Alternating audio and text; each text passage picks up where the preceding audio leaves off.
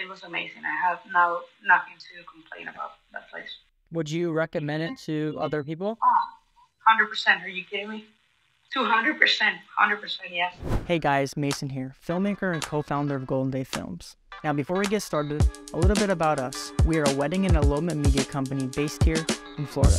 Let's get it pumping, I'm looking away. Go tell mother I'm cooking the game. Flow like water bubbling up where you want me to make. Taking you. Most venues have pictures and Instagrams, and even some have videos, but as someone that's actually been there at the venue, I'd like to give you my opinion. So grab your fiance, grab a cup of coffee, and let's take a look at the Alderman House.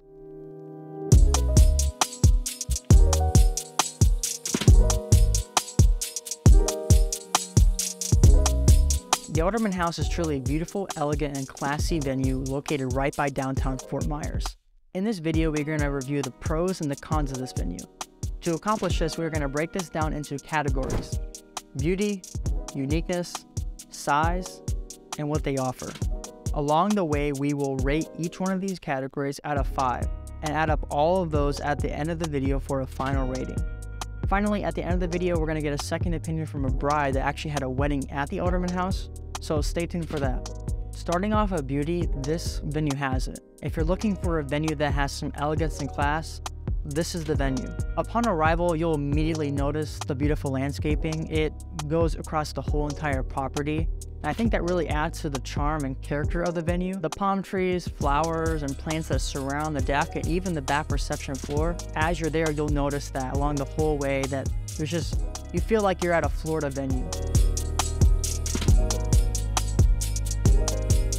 When the sun goes down, there's this beautiful industrial lighting that is really nice over your guests over the reception floor. But it wasn't only great for the guests, but for me, it greatly aided me with my filming because it wasn't too dark outside and it created a nice aesthetic to capture on camera. So if you're planning to hire any videographer or photographers, they'll greatly appreciate that. So I take that into consideration if you're looking for an outside venue that has some good lighting outside, even when the sun goes down.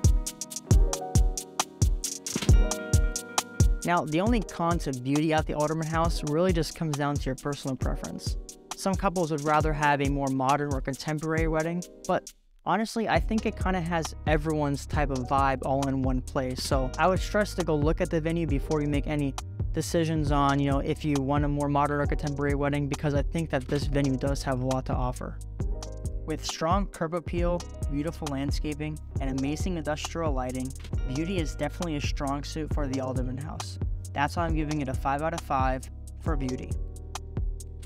Now, one thing to note is that the Alderman House is old, and that brings me to my next part, uniqueness. It was built in 1924 by the architect Mizner for the Alderman family, hence the Alderman House by Mizner as we know it today. It's got a lot of charm and character because of its unique history, and it makes it almost impossible to copy. Plus, it's in a really cool spot right by downtown Fort Myers. If you have guests and stuff that are coming out of town, they can still hang around the area where the wedding's actually going to happen, and they can still enjoy the restaurants that are over there. There's a cigar bar, there's boutiques that are over there, other various activities for people to do coming out of town. But even people that are coming, just from, down the street can still stay close to the area, hang out with friends, hang out with other family members while still staying close to where the action's going to start. So I think that's a great and unique thing about the venue is that you are so close to other stuff, whereas other venues have been kind of farther away from things. It's a bit of a drive and there's not much to do other than just be at the venue and then leaving after. I think it's a cool little hangout area for weekend weddings, for longer stays, and even people that are coming out of town, which I think would impact the most.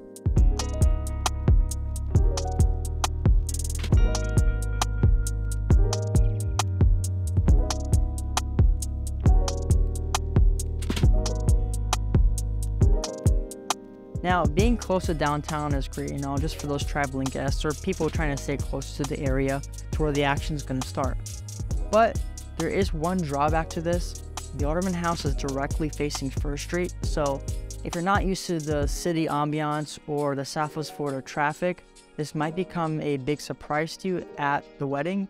But honestly, for me, it really didn't feel like it impacted the wedding that much. People didn't really take note of it. But if you're not used to that kind of stuff, then that is something to note.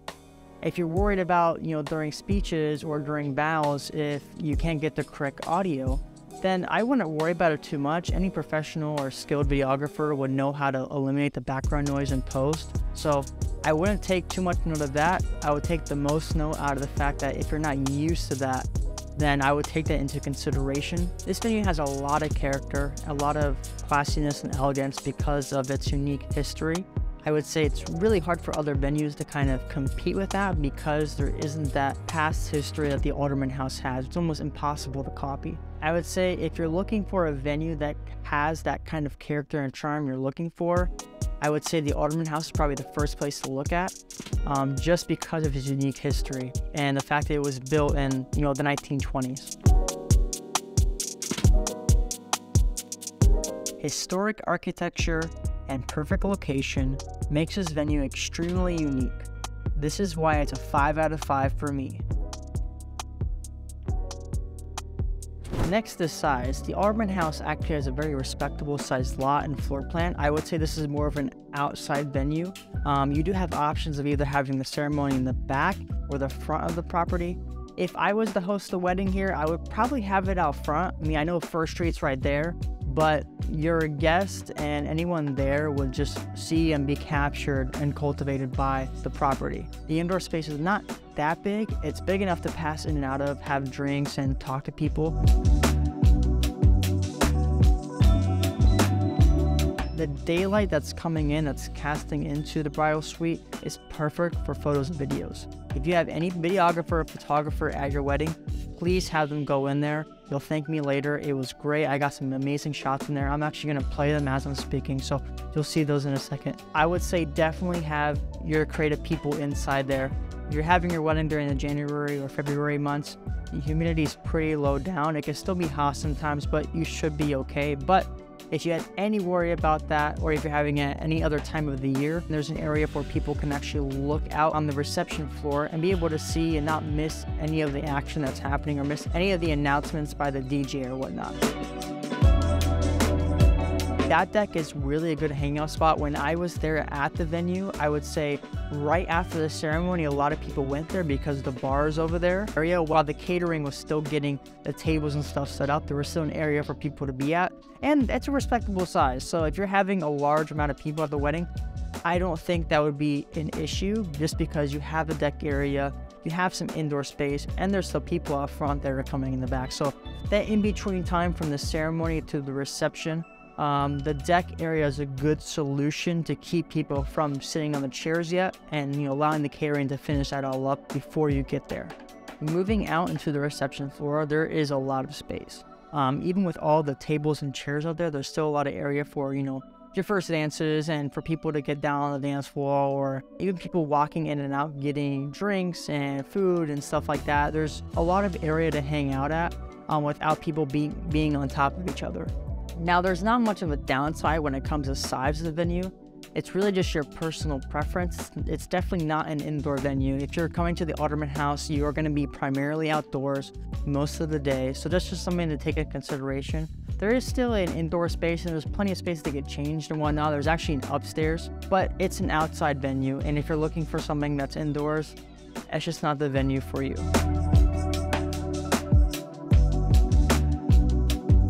When it comes to size, this venue is suitable for most couples' needs. Although there may not be a lot of space on the inside for guests, there are plenty of areas for your family and friends to hang out at. Based on these points, I rated a solid 4 out of 5. Lastly on our list is what they offer.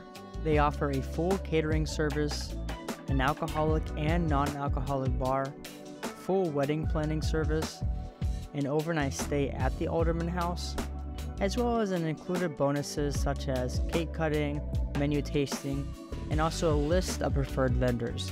For me, the fact that you can actually stay there overnight makes it a 5 out of 5 for me. But let's not just take my word for it. Let's talk to a bride that actually had a wedding at the Alderman House. I thought one of the things that I liked a lot about this one was I thought the reception floor, it was very big, and you can have a lot of people out there. Did you have the ceremony at the reception floor, or did you have it out front? I had everything in the back. Everything was in the back. So I used the same area for everything because we were so, only 60-something people. Is it more money to have it out front, or was it just based upon the people? It's the same price.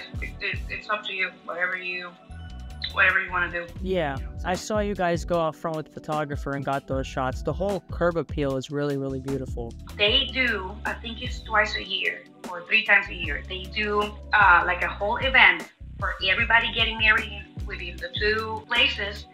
And they have like 80, 100 and something people having dinner that day. So what they do while we're having dinner, she invited a live band. She invited 2 photographers, a catering company. So she had like 7 different vendors that day. And of course, that's a great opportunity. I have no clue who do I want as a photographer. I already have 3 people there. And then you get to meet these people, you see their work. That would be great for the brides and, you know, the couples to come and kind of see, and they get to actually see the venue before they're there too. So the catering that was there, was it good? I thought it was good in my opinion. I thought every time I came over, even though I had a camera in my hand, they were still offering me food. They never ran out of food, never ever. The food was pretty hot all the time, which is amazing. The whole venue is kind of surrounded by beautiful landscaping around it. And, you know, you have the industrial lights that cover the whole entire place. You have, even the inside, you have like a little greenhouse in the inside. You can actually see the outside venue while you're there. And I thought that was a really, really cool feature. And even the curb appeal, right when you pull up, you know that you're at like, you know, a luxury like estate, right when you pull up. So I thought... The house, I don't know if you noticed that there was a little, like a guest house by the bar. I don't know if you noticed that. There's a guest house. Yes, there is a guest house over there, and that was that even the aesthetic over there was nice too. It didn't seem like it was a place where people were bringing out food. It didn't look bad, grungy, or dirty. It just added to the space. It's beautiful, but because of the hurricane, that place got damaged, and it was you know, too close to my wedding. So that's why I couldn't use it, because originally, man will get ready in that guest house. So you have like 2 or 3 rooms in that guest house, and in the main house you have the bridal suite and then like 3 more rooms. You have a total of like 6 or 7 rooms, something like that. I have the bridal suite, and then right across the bridal suite there's another room with a bathroom, and I think there was another room. I'm not sure. You have the kitchen, you have a living room area, you have a dining room. And then on the 2nd floor, you have 2 rooms. That's where Mickey got ready. So in that main building, there's a total of 4 rooms. And I think 4 bathrooms. Was there good enough space inside the house? Oh, 100%. Not a good space to like get married or anything like that. But I don't know, depending on the event, you could have something inside, set up inside if you want. I don't know, because I know some people do stuff for like Christmas or baby showers. Who knows? You know, whatever they want to use the area for. So in the inside, there's a fireplace, super beautiful, and that's one of the pictures that I wanted and I can show you. And it's so beautiful, man. The chandelier, super beautiful. Everything, the architectural side of it is so beautiful. They even have a kitchen that you can use, that you're able to use if you want to, that I didn't get to use. Like I put a lot of things in the fridge there, and then in the other house, the guest house that we couldn't use, there's like 3 more rooms, something like that. So as of right now, they're probably not using it because they already started all the weddings and they need some repairs. Yeah, it's pretty neat. And they actually offer you to stay the night of the wedding if you want. Better when a lot of people are staying. Let's say you're bringing family from whatever, Ohio, I don't know, and then they're staying there, have 6 rooms. It's better for you to like have everybody there. But the thing is, the next day you gotta leave by 9, something like that, because you have the other wedding. You have the other wedding. So that's the catch. Yeah, that's the only thing. And also depending on when exactly are you getting married. If you're getting married like the next day, there's no weddings, you know, scheduled or anything, maybe they can work it out. This is Ava, by the way. Hi, Ava. That whole bar that was there, them coming out with the appetizers, is that all included with the catering? Oh, wow. That's a lot of stuff. They give you an option. Like if you want a full bar, Or if you want to bring the alcohol yourself, you can bring liquor. So they kind of have like a full service, right? If you're coming in out of town or you just wanted that specific venue, they have a list of vendors, and they actually, not just vendors, but the venue itself has all the whole package. Everything, and they're so unique. I want to say unique because they even offer you the wedding planning service. It was amazing. I have nothing to complain about that place. Would you recommend it to other people? 100%. Are you kidding me? 200%. 100%. Yes. So you heard it here first. The Alderman House is recommended 200%. Huge shout out to Paulina for even doing this interview with me.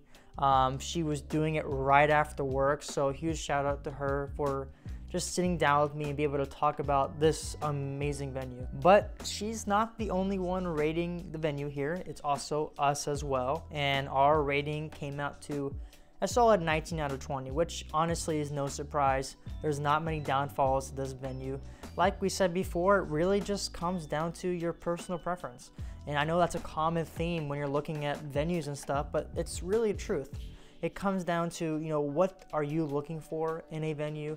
What are you looking for as far as, family members, hangout areas? Are you gonna have it indoors, outdoors, and where's the location at as well? Now, if you found any of the information in this video useful to you, please consider giving us a thumbs up. Subscribing to the Golden Day Films YouTube channel also works. If you have any questions as far as what we talked about in this video or the Alderman House, obviously you can email them as well, but surprise, you don't actually have to book or inquire with us to get info for us. We just like to help you guys out. So leave a comment in the comment section below, DM us, leave us an email. We'll be happy to assist you. If you want to follow me at Wilder Mason, if you want to follow Golden Day Films at Golden Day Films, if you want to check out Paulina's page, I'll link her Instagram down in the description. If you want to follow our other founder, EJ, at EJ Photo, I'll link everything in the description below so you can check us all out, stay up to date, and keep doing more videos like this one. And that's it, guys. Peace.